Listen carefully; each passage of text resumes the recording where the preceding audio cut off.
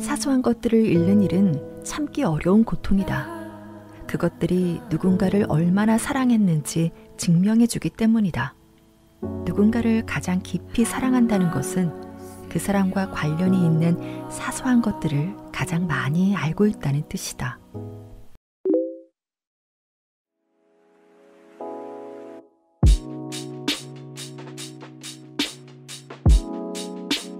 혹시 축하한다는 마음을 전하는 게 쉬운가요? 아니면 슬퍼하는 사람을 위로하는 게 쉬운가요? 우리는 살면서 종종 사랑하는 사람을 떠나보내기도 하고 그 슬픔을 누군가로부터 위로받기도 해요. 반대로 누군가의 슬픔을 위로하기 위해 찾아가기도 하지만 막상 슬픔에 빠져있는 상대를 보면 어떤 말로 위로해야 될지 망설여지기도 하죠.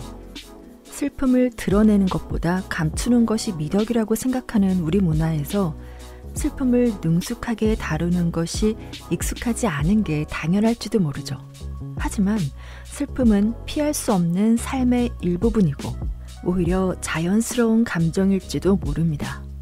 그래서 오늘은 슬픔에 빠진 이들을 어떻게 대해야 할지, 또 사랑했던 사람이 떠났을 때 어떻게 받아들여야 할지, 슬픔을 다루는 따뜻한 에세이, 슬픔의 위안을 소개합니다.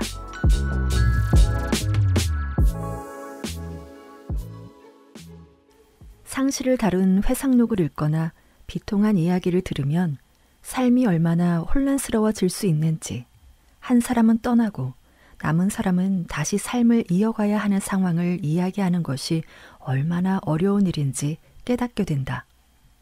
한 여성이 40년을 함께 산 할머니를 떠나보낸 할아버지의 이야기를 들려주었다. 그 오랜 세월, 할머니는 매일 아침 할아버지에게 커피를 타주었다. 그 한 잔이 할아버지가 매일 마시는 유일한 커피였다. 할머니가 돌아가신 다음 날 아침, 할아버지는 자신이 늘 마시던 커피를 어떻게 타는지 정확히 알지 못한다는 사실을 깨달았다. 40년 동안 커피 맛이 좋다는 것은 알고 있었지만 아내가 그 커피를 어떻게 탔는지는 확실히 몰랐다. 우유를 넣었던가? 전유? 탈지유? 아니면 전유와 탈지유를 반반씩 넣었던가? 설탕은 한 스푼? 아니면 두 스푼? 그냥 듬뿍? 아니면 인공 감미료를 넣었던가? 삶은 한 잔의 커피처럼 소소한 것들로 연결된다. 모든 관계는 서로 관련이 있는 특이한 성벽들이 뒤섞여 이루어진다. 진정한 사랑은 큰 것들이 살짝 뒤섞이는 게 아니라 작은 것들이 마구 뒤섞이는 것이다. 사소한 것들을 잃는 일은 참기 어려운 고통이다. 그것들이 누군가를 얼마나 사랑했는지 증명해주기 때문이다. 누군가를 가장 깊이 사랑한다는 것은 그 사람과 관련이 있는 사소한 것들을 가장 많이 알고 있다는 뜻이다. 조앤 디디온의 책은 남편에 대한 사소한 이야기들로 넘쳐난다. 우리는 그가 어떤 술을 마셨고, 어떤 책을 읽었고, 어떤 셔츠를 입었으며 주머니에는 무엇을 넣고 다녔는지 알게 된다. 또 그가 매일 아침 어느 길로 산책을 했는지, 뉴욕과 로스앤젤레스에서 저녁을 먹으며 자주 가던 곳이 어딘지도 알게 된다. 그렇지만 작가 메리앤 위긴스가 지적하듯이 디디오는 남편 얘기를 하면서 단 한 번도 사랑이란 말을 쓰지 않는다. 디디오는 절대 난 그를 사랑했다고 하지 않는다. 그는 나를 사랑했다고도 하지 않는다. 그럼에도 불구하고 두 사람의 사랑은 책 갈피갈피에 묻어있다. 그들의 사랑은 사소한 것들 속에 있는 것이다. 사랑하는 이가 죽은 뒤 잃게 되면 가장 고통스러운 것은 가장 소소하고 평범한 것들이다. 가장 익숙하고 일상적인 것들이 우리 삶이라는 피륙 속에 가장 깊이 새겨져 있기 때문이다. 결혼해서 행복하게 살던 남자가 어느 날 퇴근해서 보니 돌연 아내가 죽어 있었다. 아내가 함께 살던 집에서 사망했기 때문에 사람들은 대부분 남자가 집을 팔고 이사를 가리라 생각했다. 본인 역시 그러리라 생각했다. 죽은 아내를 집에서 발견한 그 충격적인 영상은 감당하기 어려울 만큼 끔찍할 테니 말이다. 그런데 막상 지내보니 그 집에서 지내는 것도 괜찮았다. 몇 주 뒤 남자는 직장으로 복귀했고 얼마 동안은 모든 게 순조로웠다. 그러던 어느 날 차를 몰고 귀가하던 남자는 낯선 상황에 맞닥뜨린다. 남자의 집은 번화가의 모퉁이에 있었는데 교차로에서 정지 신호를 받고 멈춰선 남자는 좌회전을 해서 자기 집 차로로 들어가려고 기다리고 있었다. 직장으로 복귀한 이후 처음 교차로에서 정지 신호를 받은 때였다. 불현듯 회사를 다니던 내내 교차로에서 정지 신호를 받을 때마다 부엌 창문 너머로 저녁을 준비하던 아내를 바라보던 사실이 생생하게 떠올랐다. 그날 신호가 바뀌기를 기다리면서 남자는 그 집을 팔게 되리란 것을 깨달았다. 집에서 돌아와 죽어있는 아내를 발견하는 것은 감당할 수 있을지 몰라도 아내가 없는 창문을 바라보는 일은 도저히 견딜 자신이 없었던 것이다. 삶은 사소한 것들이다. 그런데 슬픔은 그 사소한 것들을 비틀어서 떼어내버린다. 죽음은 사소한 것들을 베어내버리고 난 뒤 그 자리를 공허감 대신 인식 가능한 고통의 무게로 채운다. 고통은 엄연한 실제다. 그래서 고통은 공간을 채운다. 우리는 내 안에 고통이 있어요 라고 하지 않는다. 대신 난 고통에 빠졌어요 라고 한다. 고통에 빠져 있을 때는 고통이 당신의 전 우주만큼이나 크게 느껴지기 때문이다. 사람들은 슬픔이라는 감정을 실체가 없는 것이라고 생각한다. 하지만 사실 슬픔은 저항할 수 없는 고통의 실체다. 옌 섹스텐의 어느 시에 이런 구절이 있다. 누군가 세상을 떠났다는 걸 나무들까지도 알고 있네. 당신이 있다는 사실만으로도 사람들의 태도가 어색해진다는 것을 알게 될 것이다. 사랑하는 이를 잃고 슬픔에 빠져 있을 때는 자신의 감정도 처리해야 하지만 타인들과의 사이의 감도는 무거운 긴장도 잘 처리해야 한다. 사람들은 대부분 슬퍼하는 이가 가까이 있을 때 어떻게 행동해야 할지 잘 모른다. 어떤 경우에 사람들은 슬픔을 겪는 이를 냉정하게 대한다. 사랑하는 이를 잃은 사람과 마주치지 않으려고 오던 길에서 벗어나기도 한다. 세간의 이목을 끄는 죽음인 경우, 예를 들어 폭행으로 인한 사망이거나 어린 아이의 죽음이거나 충격적인 급사일 때는 특히 더 그렇다. 페남 103기 추락사고로 아들을 잃은 수전 로벤스타인이 말한 것처럼 말이다. 사람들은 당신을 의식적으로 무시해요. 당신이 오는 것을 보면 이야기를 나눠야 하는 상황을 피해 돌아서 버리죠. 단지 불편한 몇 분을 피하려고 심연과도 같은 고통과 슬픔을 겪는 사람을 외면하다니. 참으로 이해하기 어렵다. 어색해서 그렇기도 하겠지만 상실을 겪은 사람들을 피하는 데는 더 깊은 이유가 있다. 사람들은 슬픔을 위험하고 독성이 있어서 가까이 하고 싶지 않은 어떤 것으로 본다. 그런데 때때로 사람들은 아무리 어렵더라도 거북함이라는 다리를 건너 슬픔에 빠진 타인에게 다가가는 용기를 자신의 내면에서 찾아내고야 만다. 세계무역센터가 공격받은 후 주방위군 주의본부는 희생자들의 소식을 들을 수 있는 임시 정보센터가 됐다. 많은 사람들에게 그곳은 사랑하는 이가 비명 횡사했다는 확인을 받는 곳이었다. 한마디로 비통한 슬픔의 현장이었다. 그 가을, 정규 시즌 중이었던 뉴욕 양키즈 선수들은 뉴욕주를 위해 작은 무엇이라도 하고 싶었다. 몇몇 선수가 주방위군 주의본부를 찾아가 희생자 가족과 함께하겠다는 결심을 했다. 하지만 선수들은 긴장했다. 어느 스포츠 담당 기자가 설명한 대로 그들은 자신이 마주하게 될 사람들 대부분이 사랑하는 이를 잃었거나 사고가 난 지 닷새나 지났는데도 사랑하는 이가 참사 현장에서 살아 돌아오리라는 기대를 버리지 못하고 있다는 사실을 알고 있었다. 양키스 감독 조 토레노는 주방위군 지휘본부에 도착했을 때를 다음과 같이 묘사했다. 난 아주 거북했어요. 우리가 그 자리에 있어도 되는지 알아보러 안으로 들어가서 상황을 살펴봐야 할 것만 같았죠. 삼누수 스콧 브로시어는 그 자리에 전혀 어울리지 않는 것처럼 느껴져서 안으로 걸어 들어가는 동안 내가 여기서 뭘 하는 거지? 이 사람들에게 내가 뭘 해줘야 하지? 하는 생각을 계속했다고 했다. 현장은 긴장감이 돌고 위태위태했다. 토레가 회상에 잠겼다. 그때 한 가족이 우리를 쳐다봤는데 좀 더 가까이 와달라는 눈빛이더군요. 제일 먼저 다가간 건 올스타 외야수 버니 윌리엄스였죠. 버니가 누군가에게 다가가 더듬거리던 게 기억나는군요.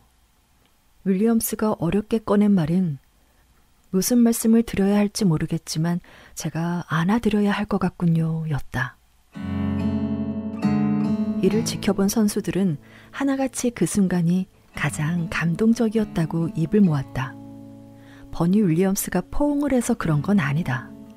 그곳에 있던 수많은 사람들이 모두 서로 포옹을 했으니 말이다. 정말 감동적이었던 것은 무슨 말씀을 드려야 할지 모르겠지만 이라는 윌리엄스의 무뚝뚝한 시인이었다. 힘세고 능력 있는 운동선수가 슬픔을 겪고 있는 누군가에게 다가가는 것이 얼마나 어려운지를 그처럼 솔직하게 표현하자 상황이 확 바뀌었다. 토레는 그 덕분에 서먹서먹하던 분위기가 깨지고 그들에게 이런 말이 필요하다는 사실을 알게 됐죠. 그 순간 난 우리에게도 할 일이 있다는 걸 깨달았죠. 라고 전했다. 사랑하는 사람을 잃고서 사람들이 당신과 말하는 것을 불편해한다는 사실을 알아챈다면 그들이 심호흡을 한번 하고 뛰어들어 주기를 바랄 것이다. 그리고 아무리 어색하다 하더라도 그 용기 있는 시도를 고마워할 것이다. 유창하지만 달콤하기만 한 말은 어눌하지만 진심이 담긴 말을 이기지 못하는 법이다. 슬픔에 잠겨 있다면 당신이 처한 상황의 참 모습을 다른 사람에게 감추려 애쓰지 말라. 다른 사람이 겪은 괴로움 때문에 괴로워하지 마라. 사람들이 몇 분간 어색해하며 더듬거리면 좀 어떤가. 당신이 지고 다녀야 하는 슬픔보다 더 무거운 게 어디 있단 말인가. 버니 윌리엄스처럼 더듬거리는 말이라도 좋으니 당신이 먼저 마음의 문을 열어보여라. 자, 이렇게. 알아요. 당신이 무슨 말을 해야 할지 모른다는 걸. 그러니 그냥 날 안아줘요. 아니면 앉아서 커피를 한 잔 하거나 함께 걸어요. 어색함을 이렇게 솔직하게 인정하고 나면 상황이 한결 나아진다는 사실을 깨달을 것이다. 한 사람의 삶을 가장 구체적이고 가장 분명하게, 가장 감동적으로 설명해 주는 것은 소지품이다. 사람은 죽으면서 많은 물건을 남긴다. 그런데 우리가 물건을 떠나간 사람으로 여기기 때문에 고인의 소지품은 갑자기 그 어느 때보다 중요해진다.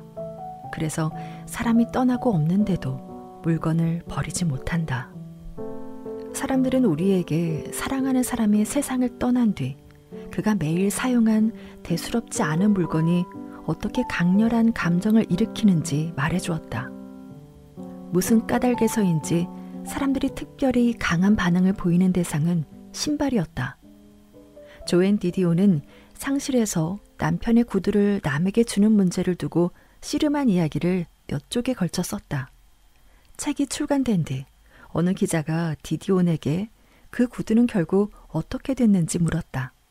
디디온은 그때까지도 남편의 구두를 남에게 주지 못하고 있었다.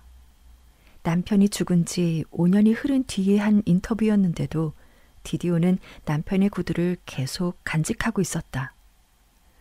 우리는 인터뷰를 하며 다른 이들도 똑같은 행동을 한다는 사실을 알았다. 한 사람 한 사람 모두 신발에 얽힌 이야기가 있다. 아마도 신발을 빨거나 드라이클리닝 하지 않는 유일한 물건이기 때문일 것이다. 신발을 신으면 발이 온전히 그 속으로 들어가기 때문에 신발에는 그 주인의 본질이 축적되어 남아있다. 시인 도널드 홀은 아내의 죽음을 되돌아보며 쓴 글에서 이렇게 회상한다. 아들은 개가 엄마 냄새가 그대로 나는 슬리퍼를 물어다 주자 흐느껴 울었다. 익히 알고 있듯 후각은 기억과 의미심장하게 연결되어 있어서 강렬한 감정을 일으킬 수 있다. 사랑하는 사람의 향기가 밴 옷은 다른 무엇보다 세차게 우리의 마음을 흔든다. 블라디미르 나보코브가 말한 것처럼 과거와 연관이 있는 냄새만큼 완벽하게 과거를 되살아나게 하는 것은 없다. 영화 브로크백 마운틴에서 동성 연인 중 애니스, 히스레저는 애인인 제이크 질렌할의 집을 찾아간다. 그곳에서 잭이 얼마 전 갑자기 죽었다는 이야기를 듣는다. 두 사람은 아무런 작별 인사도 나눌 기회가 없었다. 잭의 방으로 걸어 들어간 애니스가 맨 처음 본 것은 세상을 떠난 애인의 데님 재킷이었다.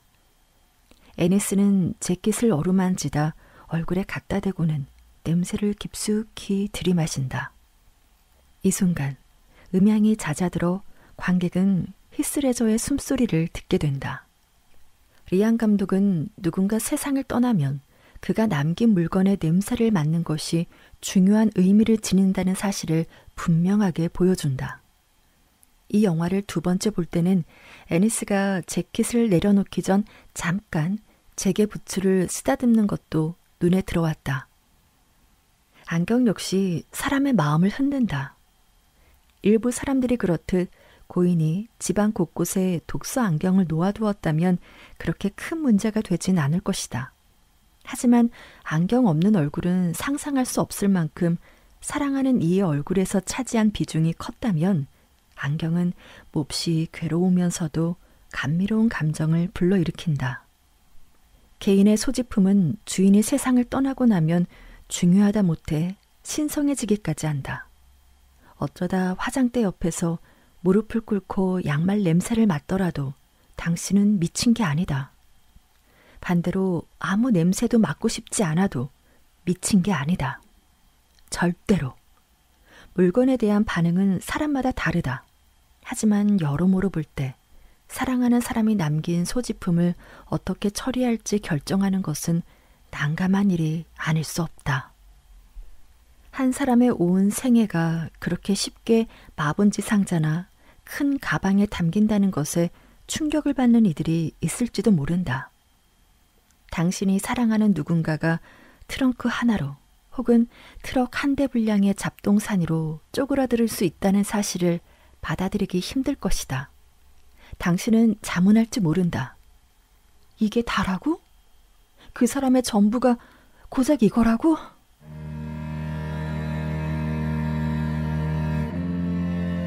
여기엔 아무런 치료약도 없다. 그리고 이 특별한 감정의 무게를 덜어줄 방법도 없다. 오랫동안 슬픔에 젖어 지내는 사람은 큰 고통을 못 느낀다기보다는 큰 기쁨을 느끼지 못한다.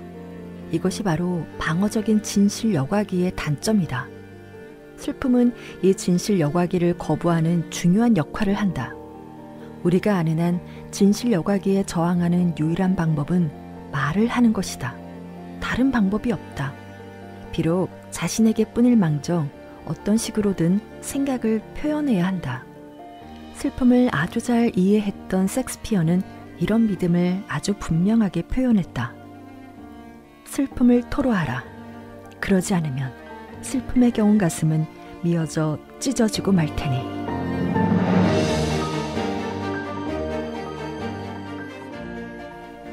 슬픔은 이런저런 방법으로 이야기를 걸어올 것이다. 말로든 가슴속 속삭임으로든. 그런데 당신의 아픔은 가슴속 속삭임만으로는 절대 치유할 수 없다. 정직한 말은 일종의 치료약이다. 그리스 3대 비극 작가인 아이스킬로스가 말했듯이 말은 병든 마음을 고치는 의사다. 슬픔만이 아니다. 정서적 건강을 되찾는 중요한 방법은 모두 정직한 말하기와 관련이 있다. 글쓰기가 도움이 된다는 사실을 깨닫는 이들도 많다. 시험 삼아 써보라. 노트를 집어들거나 컴퓨터를 켜고 쓰기 시작해보라. 그렇게 쓴 것은 누구에게 보여줄 필요도 간직할 필요도 없다. 우리는 가장 효과적인 글쓰기 방법이 무엇인지 사람들과 의견을 나눴다. 카페로 가라. 되도록이면 자주 가는 카페는 피하라. 그리고는 자리에 앉아서 고통스러울 만큼 정직한 말을 써라. 다 쓰고 나면 종이를 찢어 쓰레기통에 버려라. 그곳으로 끝이다. 그때쯤이면 당신이 해야 할 일은 끝났을 테고 말로 표현해야 할 것들은 모두 표현했을 것이다. 그러니 슬픔을 이야기해라. 주위에 아무도 없을 때 슬픔을 말하라. 빈뜰이나 샤워 커튼에 대고 슬픔을 이야기해라. 혼자 있는 차 안에서 숲속을 걸으면서 슬픔을 큰 소리로 외쳐라. 이것이 슬픔의 토로다. 순수한 휴식은 슬픔의 고통을 치료해주는 가장 효과적인 치료제다. 그러나 슬퍼하는 사람이 참 하기 어려운 것 가운데 하나도 휴식이다. 사랑하는 이를 잃고 비탄에 잠긴 이들은 자기 자신을 가장 혹독하게 감시하는 감독자가 될 수 있다. 그들은 지나치게 자신을 혹사하면서 다른 사람들이 쉬는 것은 괜찮을지 모르지만 나는 할 일이 너무 많아서 쉴 수 없어 라고 할지도 모른다. 알베르 까미는 일기장에 다음 세 문장을 휘갈겨 썼다. 치유의 단계들, 자유의지를 잠들게 하라. 해야 한다는 이제 그만. 이 메모는 힘들 때 마음의 평화를 얻고자 혼자만 보려고 써놓은 것이지만 휴식이 주는 위안에 대한 간명하고 아주 명확한 설명이기도 하다. 치유의 맨 첫 번째 단계는 자유의지를 잠들게 놔두는 것. 계속해서 넌 해야 해, 넌 해야 해, 넌 해야 한다고 하는 저 내면의 목소리를 물리치는 것이다. 그냥 간단하게 말하라. 됐어 라고. 가장 좋은 것은 함께 시간을 보내면서도 내면의 평정을 유지할 수 있는 사람과 말하거나 행동할 필요 없이 그냥 있으면 되는 장소다. 릴케가 아래에서 묘사한 이 특별한 은혜는 찾기 쉽지 않다. 사랑은 이와 같으니 고독한 두 사람이 서로 지켜주고 울타리가 되어주며 반가이 맞아주네. 자식을 잃은 한 여성은 친구의 배려로 친구의 침실 소파에서 늦은 오후에 낮잠을 자곤 했다. 비탄에 잠긴 이 여성은 소파에 누운 채 친구가 저녁을 준비하면서 내는 활기찬 소리를 들으며 꾸벅꾸벅 졸기도 했다. 숟가락이 그릇에 탁탁 부딪히고 냄비가 달그닥거리는 소리가 난 뒤에는 음식 냄새가 났다. 그것은 혼자이면서도 혼자가 아닌 아늑한 휴식이었다. 자, 이런 게 바로 좋은 선물이다.